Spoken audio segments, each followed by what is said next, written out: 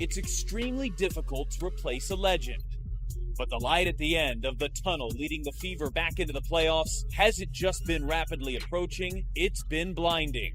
Led by one of the best rookie seasons in league history by Caitlin Clark. Once considered the WNBA's underdogs, the Indiana Fever have abruptly become one of the league's greatest threats.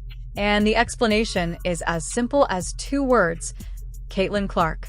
This rookie superstar has taken the league by storm, breaking records and giving women's basketball previously unheard of attention. What's even more unexpected is that Clark was never meant to represent the WNBA, but her quick ascent has compelled. Her arrival has upset the carefully calibrated power structure, forcing the league to adapt to a reality it didn't fully anticipate. Inside the league, encouraging both players and executives to reevaluate their responsibilities in what is rapidly turning into a Clark-centered landscape. Of course, a lot of fans want to know how the WNBA will handle this unanticipated development. The league's response seems both contentious and strategic. Expansion. At first glance, this seems to be about expansion and opening up new markets for professional women's basketball. However, the specifics of the strategy have caused controversy among observers and supporters. As part of the expansion process, new teams will be permitted to choose 1 player from each current roster. Although this seems like a reasonable method intended to assist new teams become competitive, a closer examination reveals the possibility of more deliberate motivations. The expansion draft could covertly undermine teams that are starting to take the lead, especially the Indiana Fever. This is a prime example of employing league regulations to maintain a healthy level of competition or, as some may contend, to impede the growth of an emerging superpower. The Fever's synergy might be severely disrupted by losing even 1 or 2 important players every season. And performance. In this way, the system turns as a covert yet efficient way to keep Caitlin. If this tactic is deliberate, it emphasizes the careful balancing act between Clark and the Fever's unexpected success. Act that the league needs to uphold, promoting fresh talent while keeping any one team or individual from becoming overwhelmingly dominate. It's a bold approach that might either improve the league's competitive structure or cause opposition from fans if it's perceived as unfair manipulation. In the meantime, Caitlin Clark is dealing with a challenging circumstance. She's attempting to maintain her expanding fan base while fostering connections with other WNBA players, many of whom might never truly embrace her as one of their own.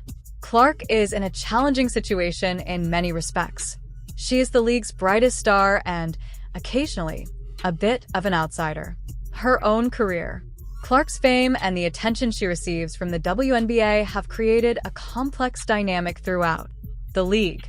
On the one side, she is creating a lot of interest, increasing ticket sales, and attracting media attention, unlike anything the league has ever seen. She had a fantastic collegiate career, breaking records and capturing the interest of supporters nationwide, elevating women's basketball to a level that is seldom observed in the past. She joined the WNBA with an existing fan base and the ability to completely transform the league. New heights.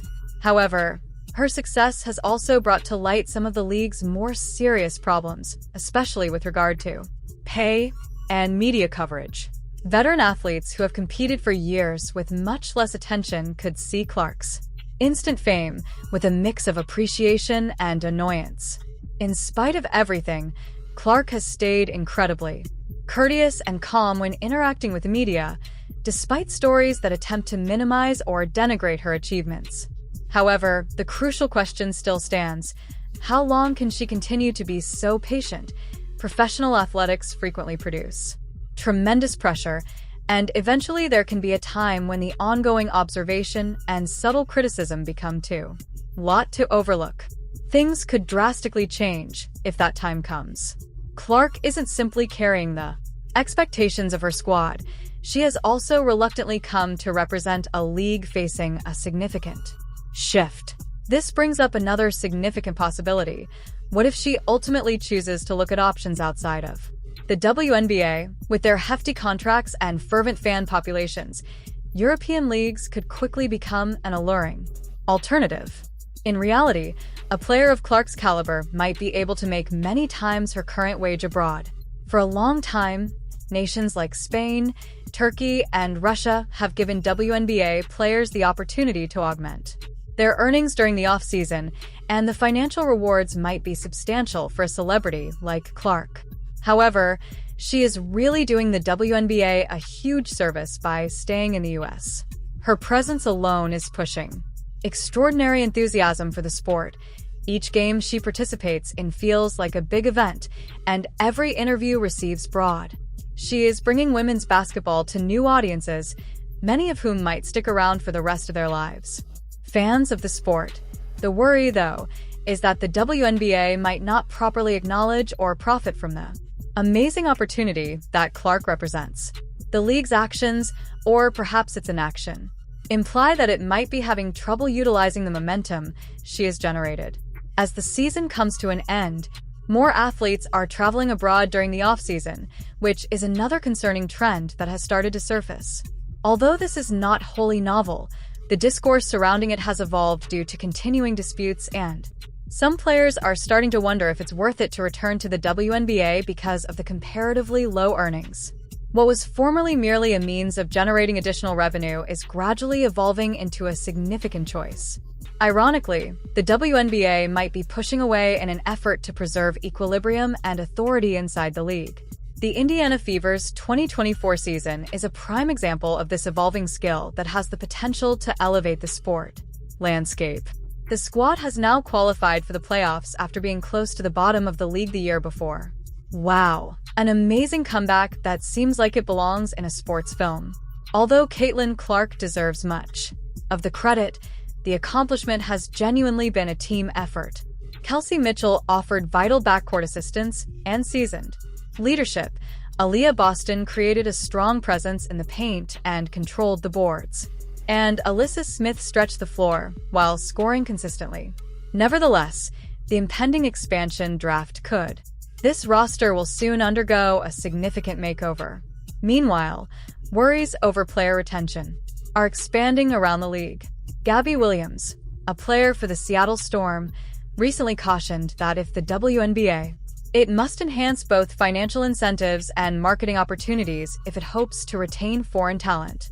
She emphasized that no player in the league is making close to $700,000, despite claims made by the public, a gap that calls into doubt the league's integrity and openness. Williams also pointed out broken promises concerning marketing agreements, exacerbating the dissatisfaction that many gamers have with their restricted earning potential. She was traveling to Istanbul to participate in a EuroLeague shortly after making those remarks, where she is anticipated to make more money than she did throughout the WNBA season. Her prompt choice highlights the gravity of the problem. Players are actively quitting rather than merely discussing it. The league should take note of this issue if these issues aren't resolved. The WNBA runs the risk of losing a whole generation of talented players in the near future. If that were to occur, it could be quite damaging, particularly if someone like Caitlin Clark ever chose to pursue that course, to the league's legitimacy and potential expansion. Breaking numbers women's basketball did during the NCAA tournament has trickled up to the WNBA this season as the league has seen unprecedented growth thanks to the emergence of a strong rookie class headlined by #1 overall pick Caitlin Clark. So WNBA released a report recently. Numbers are beyond impressive. Attendance is up 156% from last year, and more than half of all WNBA games this year have been sellouts. In the present day, the WNBA has undergone a significant transformation. The league is now more well-known than ever, and players now have more chances to make money through brand collaborations, and they're quickly becoming well-known. Social media has given athletes the opportunity to develop their personal brands in ways that were practically unattainable only a few years ago. Stars with enormous fan bases like Caitlin Clark are joining the league, already established, providing access to fresh sponsorship and endorsement agreements. This changing landscape offers both thrilling prospects and significant obstacles for the WNBA. On the one hand, the increase in popularity could eventually result in more lucrative chances and better contracts within the league itself. With growing interest, the WNBA has the ability to negotiate bigger TV contracts, draw in big sponsors, and eventually raise player pay. There is a genuine chance to create a sustainable system that eliminates the need for best players to travel abroad in order to financial stability. However, this greater exposure may also promote privately held. European teams will step up their efforts to sign elite WNBA players.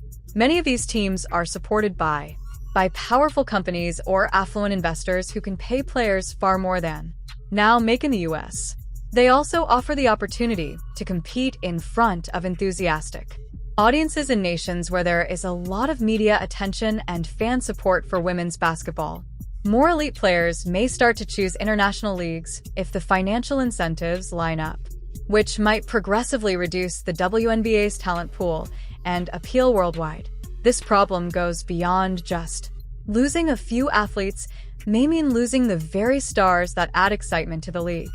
And marketable. The WNBA cannot afford to lose in a world of entertainment when there are several sports options. Its most identifiable skill. However, player migration isn't the only issue facing the Indiana Fever and the league overall. The Golden State's organizational structure has been formally revealed by the WNBA. December 6th is the date of the Valkyries expansion draft. The new franchise will be able to choose one unrestricted free agent and one player from each current team. Although expansion typically signals, fans and observers are concerned about the timing and layout of this draft in a strong and expanding league. Only 6 players on each team's 12-player roster may be protected, pushing companies into extremely challenging choices.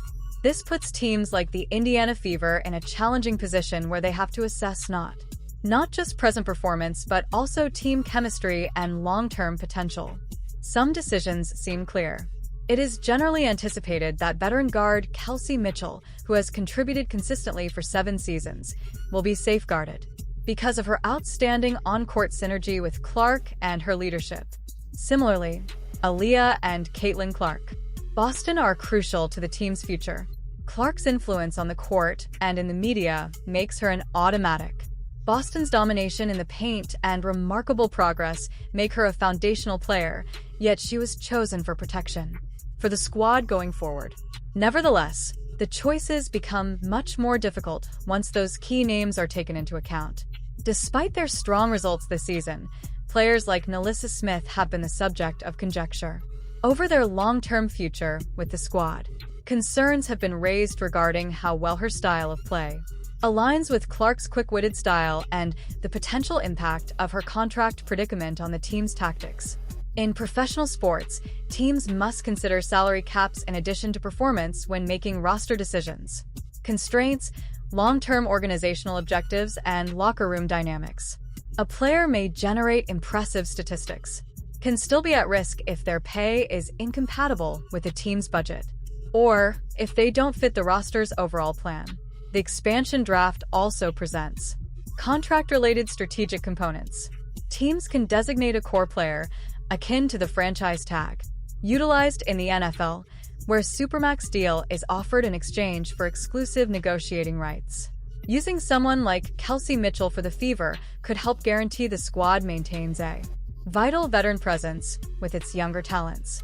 Nevertheless, there are risks associated with this decision because making such a significant future roster flexibility may be restricted if a player receives a portion of the wage cap, with the league functioning under. With limited funds, every choice has long-term effects. As the expansion draft gets closer, regarding the Fever, there is ongoing conjecture regarding which players teams will shield and which might be left vulnerable. Players like Lexi Hull, who developed significantly over the season, might emerge as unexpected contenders on defense because of her enhanced shooting and floor spacing skills.